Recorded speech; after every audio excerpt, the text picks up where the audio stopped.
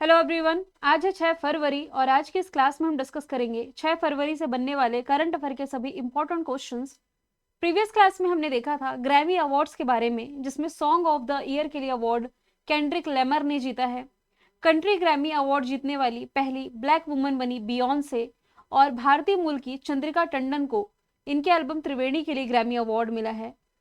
पहले विश्व pickle ball 2025 का खिताब बेंगलुरु जवान्स ने जीता। विश्व पुस्तक मेला जो दिल्ली में आयोजित हो रहा है, फोकस कंट्री रशिया है। रिद्धिमान साहा ने क्रिकेट से संन्यास लिया है। भारत मालदीव के बीच 13वां इकुवरिन अभ्यास शुरू हुआ।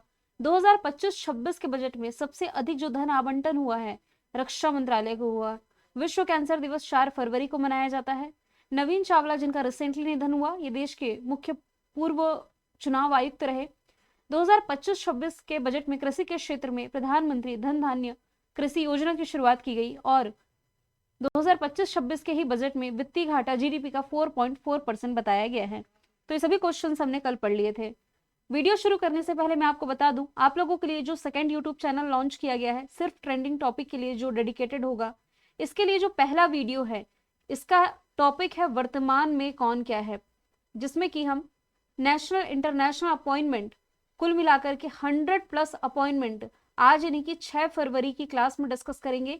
सुबह 9 बजे क्लास शेड्यूल कर दी गई है। मेरे उस नए चैनल पर आपको वीडियो की लिंक मिल जाएगी और कमेंट बॉक्स में भी मैं पिन कर दूंगी, तो वो आप लोग देख लेंगे, ठीक है। और डेली ट्रेंडिंग टॉपिक की जो सीरीज है ये जारी रहेगी। इस चैनल पर सिर्फ करंट अफेयर आएगा और दूसरे चैनल पर ट्रेंडिंग टॉपिक्स हम डिस्कस किया करेंगे। चलिए शुरू करते हैं। पहला सवाल है, बार्ट डी वेवर किस देश के नए प्रधानमंत्री बने हैं? तो ये रिसेंटली यूरोपियन कंट्री बेल्जियम के नए प्रधानमंत्री बन गए हैं। नई सरकार के एजेंडे में बजट सुधार, प्रवासियों के संबंध में सख्त नीति और आर्थिक पुनर्गठन पर ध्यान देना शामिल है। तो नई सरकार किसकी बनी है? बार्ट डी वेवर की। बेल्जियम जो कि एक यूरोपियन कंट्री, इसकी कैपिटल ब्रुसेल्स। ब्रुसेल्स में नाटो का मुख्यालय है, नॉर्थ अटलांटिक ट्रीटी ऑर्गेनाइजेशन का, जिसमें कि 32 मेंबर कंट्री शामिल है। 32वां मेंबर कंट्री इसमें जो शामिल हुआ ये स्वीडन है। ये जरूर याद रखें कि भारत इसका मेंबर नहीं है नाटो का। एडिशनल तौर पर मैप के थ्रू आप कुछ जानकारी निकालें तो ऊपर में आप देख पा रहे हैं नीदरलैंड, और इसके जस्ट नीचे में छोटी सी कंट्री लग्जमबर्ग देख पा रहे हैं। तो बेनेक्स कंट्री यही 3 कहलाती, BE से बेल्जियम, NE से नीदरलैंड और X से लग्जमबर्ग। बेनेक्स कंट्री में कितने देश शामिल है? 3 देश, बेल्जियम, नीदरलैंड और लग्जमबर्ग। इसे आप बेनालक्स कंट्री भी कह सकते हैं। अब यहाँ पर बात की जा रही है प्राइम मिनिस्टर की, तो आप ऑप्शन से रिलेट करेंगे। इजराइल के प्राइम मिनिस्टर बेंजामिन नेतन्याहू हो जाएंगे, इटली की प्राइम मिनिस्टर जॉर्जिया मेलोनी हो जाएंगी, और यूके के प्राइम मिनिस्टर कीर स्टारमर रिसेंटली बने हैं। लेकिन इसके अलावा एक कंप्लीट स्लाइड मैंने ऐड कर दी है, जिसमें कि आप देख सकते हैं यूके के कीर स्टारमर, नीदरलैंड के डिक सूफ, बांग्लादेश के अंतरिम सरकार के नेता मोहम्मद यूनुस, भूटान के शेरिंग तोप के, पाकिस्तान के शाहबाज शरीफ, रशिया के मिखाइल मिशस्टिन, ऑस्ट्रेलिया के एंथनी एल्बनीज है ये, इटली की जॉर्जिया मेलोनी, इजराइल के बेंजामिन नेतन्याहू, शिगेरू इशबा नेपाल के, केपी शर्मा ओली हैं। शिगेरू इस बार जापान के हैं, केपी शर्मा ओली नेपाल से हैं। फ्रांस के फ्रैंकोइस बायरू हैं। श्रीलंका की हरनिया मरसूरिया, मॉरिशस के नवीन राम गुलाम, थाईलैंड की पेतोंगतान शिनावात्रा, ट्यूनीशिया के कामिल माहौरी, एस्टोनिया के क्रिस्टन मिशेल, चाड के अल्लामाए हलीना, और भारत के तीसरी बार प्रधानमंत्री बने हैं prime minister Narendra Modi. Next यदि हम चलें, BAPS संस्था यानी कि बोचा सनवासी अक्षर पुरुषोत्तम धाम स्वामी नारायण संस्था के द्वारा साउथ अफ्रीका के सबसे बड़े हिंदू मंदिर का उद्घाटन कहाँ किया गया? तो इस हिंदू मंदिर का उद्घाटन रिसेंटली किया गया है जोहान्सबर्ग में। कहां पर किया गया? साउथ अफ्रीका के जोहान्सबर्ग में, जो कि साउथ अफ्रीका का सबसे बड़ा हिंदू मंदिर है। श्री स्वामीनारायण मंदिर और सांस्कृतिक परिसर का उद्घाटन साउथ अफ्रीका में हिंदू समुदाय के लिए एक ऐतिहासिक मील का पत्थर है। साउथ अफ्रीका के मैप में कुछ यहाँ पर इसकी लोकेशन देख सकते हैं। साउथ अफ्रीका की ना बेसिकली 3 कैपिटल है। कौन कौन सी कैपिटल है? प्रिटोरिया है, केप टाउन है और ब्लूमफोंटेन है। प्रिटोरिया, केप टाउन और ब्लूमफोंटेन इसकी कैपिटल हो जाएगी। करेंसी साउथ अफ्रीकन रैंड है। सिरिल रामाफोसा यहाँ के राष्ट्रपति हो जाएंगे। यहीं से एक नदी मैंने आपको बताई थी, नदी का नाम है लिम्पोपो। यहां से मैं मेंशन भी कर देती हूँ। ये जो लिम्पोपो रिवर है ना, ये मकर रेखा को यानी कि ट्रॉपिक ऑफ कैप्रिकॉन को 2 बार काटती है, और 2 बार काटने के बाद फिर ये इंडियन ओशन यानी कि हिंद महासागर में जाकर के समा जाती है। ठीक है, अब यदि मैं बात करूं यहाँ से अदर ऑप्शन की, तो नामीबिया ना आप देख पा रहे हैं, तो नामीबिया और बोत्सवाना दोनों साउथ अफ्रीका से बॉर्डर शेयर कर रहे हैं। नामीबिया से आप ये रिलेट कर सकते हैं कि जो अफ्रीकी चीते लाए गए थे ना, जो कि मध्य प्रदेश के श्योपुर में जो कुनो नेशनल पार्क है यहाँ पर छोड़े गए थे, तो ये यही नामीबिया है। बोत्सवाना से रिलेट करेंगे तो दुनिया का दूसरा सबसे बड़ा हीरा जो डायमंड है ये यही खोजा गया था, सबसे बड़ा साउथ अफ्रीका में, दूसरा सबसे बड़ा बोत्सवाना में। और ऑप्शन में केप टाउन भी लिखा हुआ है, तो ये देखिए केप टाउन की लोकेशन जो कि साउथ अफ्रीका की कैपिटल भी है। तो इसकी जो विधायी राजधानी है केप टाउन है, न्यायिक राजधानी ब्लमफोंटेन है, प्रशासनिक राजधानी यानी कि एडमिनिस्ट्रेटिव कैपिटल प्रिटोरिया हो जाएगी। नेक्स्ट चलते हैं, संयुक्त राष्ट्र महासभा के 79 क्रम के जो अध्यक्ष हैं भारत के 4 दिवसीय यात्रा पर हैं। पूछा जा रहा है इनका नाम क्या है, तो इनका नाम हो जाएगा फिलेमोन यांग। साउथ अफ्रीका, माफ कीजिएगा, संयुक्त राष्ट्र महासभा के जो 78वें सत्र की अध्यक्षता कर रहे थे डेनिस फ्रांसिस, ये लास्ट ईयर जनवरी के महीने में भारत के दौरे पर थे 2024 में, और इनसे भी एग्जाम में सवाल पूछा गया। अभी फिलेमोन यांग जो कि 79वें सत्र की अध्यक्षता कर रहे हैं, ये 4 दिन के भारत दौरे पर आए हुए हैं। फिलेमोन यांग कैमरून के प्रधानमंत्री रह चुके हैं। इन्होंने पिछले वर्ष 10 सितंबर को ही यूनाइटेड नेशन जनरल असेंबली के अध्यक्ष का पदभार संभाला है, और उनकी अध्यक्षता के अंतर्गत संयुक्त राष्ट्र ने भविष्य के लिए एक समझौता नाम का प्रस्ताव पारित किया था। यूनाइटेड नेशन जनरल असेंबली जो है ना, ये यूनाइटेड नेशंस के ही 6 भाग में से एक है, जिसका मुख्यालय न्यूयॉर्क अमेरिका में आप पढ़ते हैं। Antonio Guterres United Nations Organization के प्रमुख है, पुर्तगाल से बिलोंग करते हैं। जबकि WHO वर्ल्ड हेल्थ ऑर्गेनाइजेशन के प्रमुख हो जाएंगे टेड्रोस अदानोम। ये वही WHO है जिससे अमेरिका ने बाहर निकलने का फैसला कर लिया है। इससे ना WHO को लॉस ही होगा, क्योंकि WHO को सबसे अधिक फंडिंग करने वाले देशों में अमेरिका टॉप पर है। अगला सवाल है, किस संगठन के महासचिव है नूरलान येरमेकबायेव, ये 4 दिन के भारत के दौरे पर है। ये क्वेश्चन 3 से मिलता जुलता हुआ प्रश्न है। जैसे क्वेश्चन 3 में ऑर्गेनाइजेशन का नाम लिखा हुआ है और पूछा जा रहा है कि अध्यक्ष कौन है। यहाँ पर ऑलरेडी महासचिव का नाम मेंशन है, नूरलान येरमेकबायेव। पूछ रहे हैं कि इसमें किस ऑर्गेनाइजेशन के प्रमुख हैं, तो ये संघाई कॉरपोरेशन ऑर्गेनाइजेशन के प्रमुख हैं, जो कि रिसेंटली भारत के दौरे पर आए हुए हैं। अब उनकी जो यात्रा है क्षेत्रीय सहयोग, सुरक्षा, व्यापार और आर्थिक विकास को बढ़ावा देने में भारत की प्रतिबद्धता को प्रदर्शित करती है। संघाई कॉरपोरेशन ऑर्गेनाइजेशन के स्थापना करने वाले देशों में कजाकिस्तान, चाइना, किर्गिस्तान, यानी कि के से 2 कंट्री ले लीजिए, कजाकिस्तान, किर्गिस्तान। फिर इसमें रशिया, चाइना और ताजिकिस्तान, ये इसमें स्थापना करने वाले 5 सदस्य देश हैं। 6वां मेंबर कंट्री 2001 में इसमें शामिल हुआ है उज्बेकिस्तान, और उज्बेकिस्तान के शामिल होने के बाद ही इसका नाम SCO किया गया। इसके बाद 2 नई मेंबर कंट्री बनी है 2017 में, कौन कौन, भारत और पाकिस्तान। फिर 9वां मेंबर कंट्री इसमें ईरान शामिल हुआ। यहां से इंपॉर्टेंट है बेलारूस, क्योंकि बेलारूस SCO में शामिल 10वां मेंबर कंट्री है। चाइना की कैपिटल बीजिंग में मुख्यालय है। महासचिव नूरलान येरमेकबायेव हैं, जो कि 4 दिन के लिए भारत आए हुए हैं। एग्जाम में यदि पूछा जाए क्या भारत SCO का मेंबर है, और इसमें 2017 में शामिल हुआ था। ब्रिक्स की फुल फॉर्म बनती है Brazil, Russia, India, China, south Africa. इसकी मेंबर कंट्री 10 है, 5 तो अल्फाबेट से ही याद हो गई आपको। अब जो नई मेंबर कंट्री है ना, इसमें ईरान का नाम आप याद रखें, UAE का नाम याद रखें, इजिप्ट का नाम याद रखें, इथियोपिया का नाम याद रखें। अब इसमें जो 10वां मेंबर कंट्री बना है, इसका नाम इंडोनेशिया है। ये इंपॉर्टेंट बन जाता है आपके लिए। ब्रिक्स समिट जो 2024 की थी, इसे किसने होस्ट किया था, रशिया के कजान शहर ने इसकी मेजबानी करी थी। Association of south east Asian nation, इसमें 10 मेंबर कंट्री है। 11वीं मेंबर कंट्री कौन बनने जा रहा है, तो ये ईस्ट तिमोर, पूर्वी तिमोर बनने जा रहा है। और नाटो के बारे में अभी हमने डिस्कशन किया। North Atlantic Treaty Organization Brussels, Belgium में मुख्यालय है। 32 मेंबर कंट्री है। 32वें क्रम का मेंबर कंट्री ये स्वीडन हो जाएगा। तो भारत नाटो का मेंबर नहीं है, भारत आसियान का मेंबर नहीं है, भारत SCO और ब्रिक्स का मेंबर हो जाएगा। ठीक है, आगे चलते हैं। सवाल नंबर 5वां है, हाल ही में खबरों में रही कृत्रिम सूर्य ईस्ट, ये किस देश के द्वारा बनाया गया है। वैसे ये 3-4 साल पहले भी चर्चे में आ चुका है लॉकडाउन के टाइम में। ईस्ट जो कि दुनिया का पहला कृत्रिम सूर्य, आर्टिफिशियल सन हम पढ़ रहे थे उस समय, जो कि चाइना ने डेवलप किया है। ईस्ट की फुल फॉर्म बनती है एक्सपेरिमेंटल एडवांस्ड सुपर कंडक्टिव टोकोमेव। ये चाइना का परमाणु संलयन अनुसंधान का एक प्रोजेक्ट है।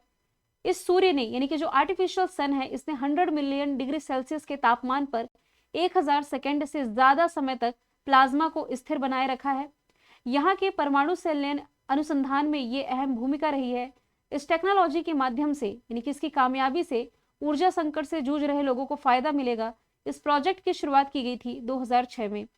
चाइना ने इस कृत्रिम सूर्य को बनाने के लिए न्यूक्लियर रिसर्च का इस्तेमाल किया है।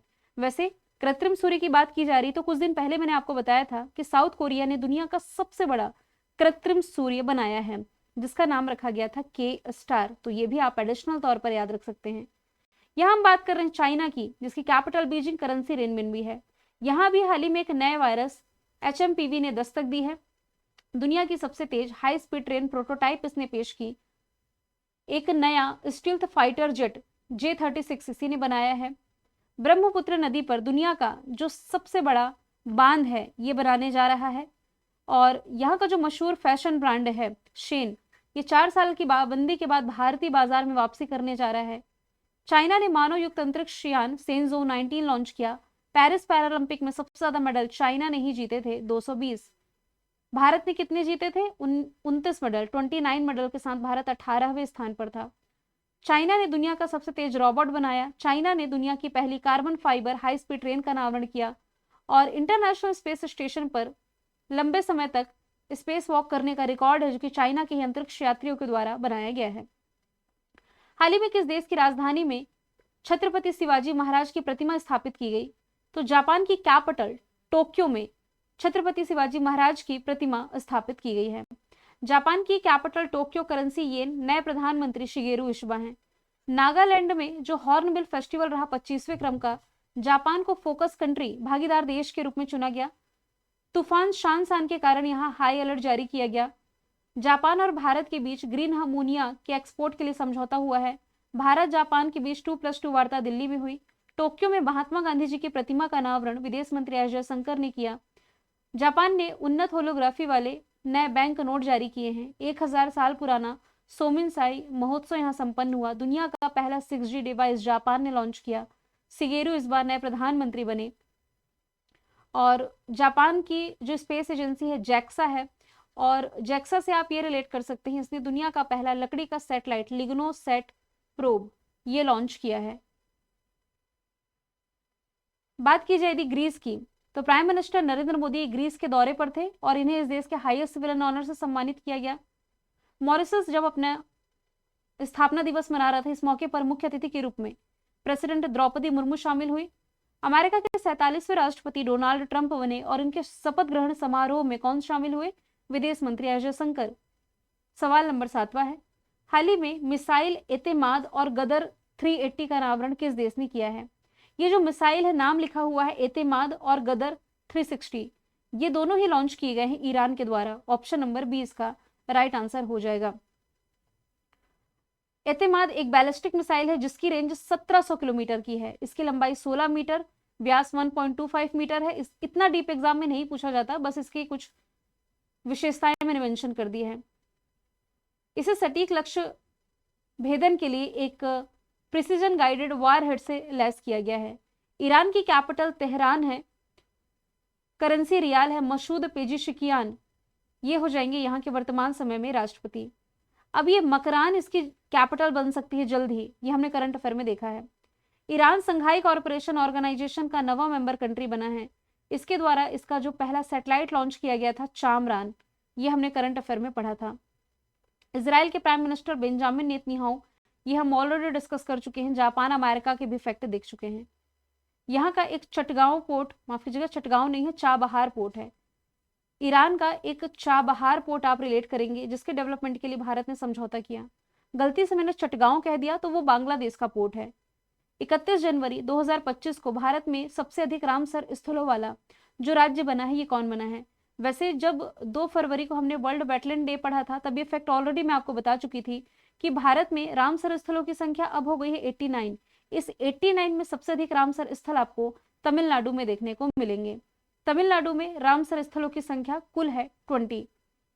अभी 2025 में 2 और शामिल हुए, मतलब 18 थे, तो 2 पक्षी अभ्यारण्य इसमें शामिल हुए, सक्करकोटई और थिरथिंगल। बात की जाएगी तमिलनाडु की, कैपिटल चेन्नई, मुख्यमंत्री एम.के. स्टालिन, राज्यपाल आर.एन. रवि है। तमिलनाडु के पी श्याम निखिल देश के 85वें ग्रैंड मास्टर हैं। यहाँ जंपिंग स्पाइडर की नई प्रजाति खोजी गई। तितली की सबसे बड़ी प्रजाति, जो दूसरी सबसे बड़ी तितली की प्रजाति है, मदुरई में देखी गई। लास्ट ईयर समर में जहरीली शराब पीने के कारण यहाँ 38 लोगों की डेथ हुई। तरंग शक्ति अभ्यास का आयोजन तमिलनाडु के सुलार में हुआ और जिंजी किला को यूनेस्को के विश्व विरासत स्थल के लिए नॉमिनेट किया गया। तूतीकोरिन इंटरनेशनल कंटेनर टर्मिनल का उद्घाटन प्राइम मिनिस्टर नरेंद्र मोदी ने किया। तमिलनाडु ने हीट वेव को राज्य की विशिष्ट आपदा घोषित किया। पंबन ब्रिज चर्चे में रहा, तमिलनाडु से रिलेट करेंगे। यहाँ पर ग्लास ब्रिज का उद्घाटन किया गया। जल्लीकट्टू, जो कि एक बैल दौड़ प्रतियोगिता है, ये तमिलनाडु में आयोजित की जाती है मकर संक्रांति के मौके पर। नेक्स्ट चलते हैं, भारत के किस पड़ोसी देश ने हाल ही में अपना 77वां स्थापना दिवस मनाया? तो रिसेंटली 4 फरवरी को जो पड़ोसी श्रीलंका है, इसने अपना 77वें क्रम का स्थापना दिवस मनाया है। श्रीलंका की जो कैपिटल है, कमर्शियल कैपिटल कोलंबो है, एग्जीक्यूटिव कैपिटल जयवर्धनेपुरम कोटे है। राष्ट्रपति अनुरा दिसानायके, प्रधानमंत्री हरनी अमर सूर्या हो जाएंगे। सिलेनेक्स अभ्यास है, जो कि भारत श्रीलंका के बीच आयोजित की जाती है। इसके अलावा मित्र शक्ति अभ्यास का भी आयोजन भारत श्रीलंका के बीच होता है। यहाँ पर एक हम्बन टोटा पोर्ट है। ये जो हम्बन टोटा पोर्ट है, ये डेवलप किया गया है चाइना के द्वारा, जिसे 99 साल 99 ईयर्स के लिए लीज पर ले लिया है। किसने? चाइना ने। भारतीय हज यात्रियों को स्वास्थ्य सेवा सहायता प्रदान करने के लिए केंद्र सरकार ने एक ऐप लॉन्च कर दिया है, जिसका नाम हो जाएगा हज सुविधा ऐप। ऑप्शन नंबर डी इसका राइट आंसर है। मैं अदर ऑप्शन की बात करूं तो उमंग ऐप, ये ऑल इन वन प्लेटफॉर्म है। इसकी फुल फॉर्म बनती है unified mobile application for new age governance. और बाकी के जो 2 ऐप है, संरक्षा ऐप और स्वरेल ऐप, ये इंडियन रेलवे के द्वारा लॉन्च किए गए ऐप है, जो कि रिसेंटली हमने करंट अफेयर में पढ़े हैं। नेक्स्ट चलते हैं, मृत्यु का अधिकार लागू करने वाला देश का पहला राज्य कौन बना? तो ये रिसेंटली बन गया है कर्नाटका। ऑप्शन नंबर सी इसका राइट आंसर हो जाएगा। कर्नाटक सरकार ने गरिमा से मृत्यु का अधिकार अपने राज्य में लागू किया और ये करने वाला पहला राज्य बना। ऐसे पेशेंट जो गंभीर रूप से बीमार हैं और इनका जो रोग है लाइलाज है, मतलब कि अब ये ठीक नहीं हो सकते और बहुत ज़्यादा तकलीफ में हैं, तो इन्हें मृत्यु का अधिकार दे दिया जाएगा। हालांकि मृत्यु का अधिकार जो आप पढ़ते हैं ना, यूथेनेशिया, इससे ये अलग है और कानूनी प्रक्रिया की इसमें आवश्यकता होगी। क्या है? Right to die with dignity कानून, जो अभी हम कर्नाटक से पढ़ रहे हैं। कोई मरीज अगर गंभीर और लाइलाज बीमारी से पीड़ित है और वह जीवन रक्षक उपचार जारी नहीं रखना चाहता है, तो हॉस्पिटल और डॉक्टर उस मरीज के फैसले को सम्मान करने के लिए बाध्य होंगे, मतलब फिर उसे इच्छा मृत्यु दे दी जाएगी। मैं आपको बता दूं, इच्छा मृत्यु और यहाँ गरिमा से मृत्यु का अधिकार, ये दोनों अलग अलग टर्म्स हैं। मतलब कि कैसे अलग हुआ? गरिमा से मृत्यु का अधिकार और ये जो यूथेनेशिया की मैं बात कर रही हूँ, इच्छा मृत्यु, ये आपस में जुड़े हैं लेकिन समान नहीं है। जैसे कि मैं कहूँ कि मृत्यु के अधिकार में क्या होता है कि किसी व्यक्ति को गरिमा के साथ अपने जीवन के जो अंतिम क्षण होते हैं, यानी कि गरिमापूर्ण इसे खत्म करने का हक मिलता है कि वह इलाज को जारी रखना चाहता है या नहीं रखना चाहता। जबकि इच्छा मृत्यु का मतलब ये है कि किसी गंभीर रूप से पीड़ित व्यक्ति या जो भी बीमार है, उसे जिंदगी को जानबूझकर इंजेक्शन जैसे तरीकों से खत्म करना। जैसे कि स्विट्जरलैंड का एक करंट अफेयर 2-3 साल पहले हमने पढ़ा था कि इच्छा मृत्यु के लिए इसने एक डिवाइस डेवलप किया था कि जो भी व्यक्ति बहुत ज्यादा बीमार है या पीड़ित है, एक ताबूत में उसे लेटाया जाता था और इलेक्ट्रिक शॉक के जरिए फिर उसकी डेथ हो जाती थी। तो वो यूथेनेशिया अलग है। भारत में इच्छा मृत्यु ये अलाउ नहीं है। वैसे यूथेनेशिया की बात की जा रही है तो याद रखें आर्टिकल नंबर 21 में बताया गया है यूथेनेशिया के बारे में। तो यहाँ पर हम बात कर रहे हैं कि मृत्यु का अधिकार लागू करने वाला देश का पहला राज्य बना है कर्नाटक, जिसकी कैपिटल बैंगलोर, मुख्यमंत्री सिद्धारमैया, राज्यपाल थावरचंद गहलोत है। अंसी कुद्रेमुख, नागरहोल, बन्नरघट्टा नेशनल पार्क है। यहाँ पर रामनगर जिले का नाम बैंगलोर दक्षिण किया गया। प्राइवेट नौकरियों में कन्नड़ लोगों को 50 से 75% का रिजर्वेशन दिया जाएगा। भारत की सबसे बड़ी तेंदुआ सफारी यहाँ जनता के लिए खोली गई। सुत्तूर यात्रा फेस्टिवल मनाया गया 2024 का। भारत ने स्वदेशी हाई स्पीड फ्लाइंग विक का सफल परीक्षण यहीं से किया है। नंबा कंबाला प्रतियोगिता, जो कि एक भैंस दौड़ प्रतियोगिता है, बैंगलोर में आयोजित की गई। ट्रैफिक इंडेक्स में दुनिया का 6वां सबसे भीड़ भाड़ वाला शहर बैंगलोर है। विरूपाक्ष मंदिर कर्नाटक में है जो चर्चे में था। नुगु वाइल्ड लाइफ सेंचुरी यही है। और यहाँ के जो पूर्व मुख्यमंत्री थे SM कृष्णा, इनका निधन हुआ। गरुनक्षी ऑनलाइन FIR प्रणाली की शुरुआत यहाँ की गई। यहाँ बात की जा रही देश के पहले राज्य की, तो उत्तराखंड UCC लागू करने वाला देश का पहला राज्य है। गाय को राजमाता की उपाधि देने वाला पहला राज्य महाराष्ट्र है। और देश की पहली AI टीचर आइरिस केरला में लॉन्च की गई थी। सवाल नंबर 12वां है, 38वां सूरज कुंड मेला ये एक तरह का क्राफ्ट मेले है, इसका आयोजन कहाँ किया जाएगा? तो इसका आयोजन किया जाना है हरियाणा में। ऑप्शन ए इसका राइट आंसर हो जाएगा। कल के दिन से यानी कि 7 फरवरी से ये शुरू हो रहा है और 23 फरवरी तक हरियाणा के फरीदाबाद में आयोजन इसका किया जाएगा। इस मेले में ओडिशा और मध्य प्रदेश ये थीम स्टेट होंगे और जो बिम्स्टेक कंट्री हैं, बिम्स्टेक कंट्री की कंपनियां अपने प्रोडक्ट्स यहाँ पर प्रदर्शित करती नजर आएंगी। हरियाणा की कैपिटल चंडीगढ़, मुख्यमंत्री नायाब सिंह सैनी, राज्यपाल बंडारू दत्तात्रेय है। सुल्तानपुर और कलेश्वर नेशनल पार्क है। लोकसभा सीटें 5, राज्यसभा सीटें लोकसभा सीटें हैं 10, राज्यसभा सीटें हैं 5, विधानसभा सीटें हैं 90। इसके अलावा पंजाब और हरियाणा दोनों की कैपिटल ये कॉमन है, चंडीगढ़, याद रखें। वर्ल्ड बैंक की सहायता से यहाँ आर्टिफिशियल इंटेलिजेंस केंद्र स्थापित किया जाएगा। अंतरराष्ट्रीय गीता महोत्सव यहाँ आयोजित किया गया। देश का पहला संविधान संग्रहालय सोनीपत में उद्घाटन ओम प्रकाश बिरला जी ने किया। पंचकुला में 100 दिन का TB उन्मूलन अभियान चलाया गया। पानीपत में बीमा सखी योजना की शुरुआत प्राइम मिनिस्टर नरेंद्र मोदी ने की। पूर्व मुख्यमंत्री ओम प्रकाश चौटाला का निधन हुआ और बालिका दिवस के मौके पर यहाँ संजीवनी ऐप है जो कि लॉन्च किया गया है। नेक्स्ट चलते हैं, गुनरी का इंग्लैंड मैंग्रोव वन किस राज्य का पहला जैव विविधता धरोहर बना? तो ये हमने डिस्कशन किया था गुजरात से। आज का सवाल आप लोगों के लिए है, किस खिलाड़ी को पॉली उमरीगर अवार्ड से सम्मानित किया गया? आंसर इसका जो भी आप कमेंट बॉक्स में बताइएगा। मिलेंगे हम फिर नेक्स्ट वीडियो में। Thank you so much.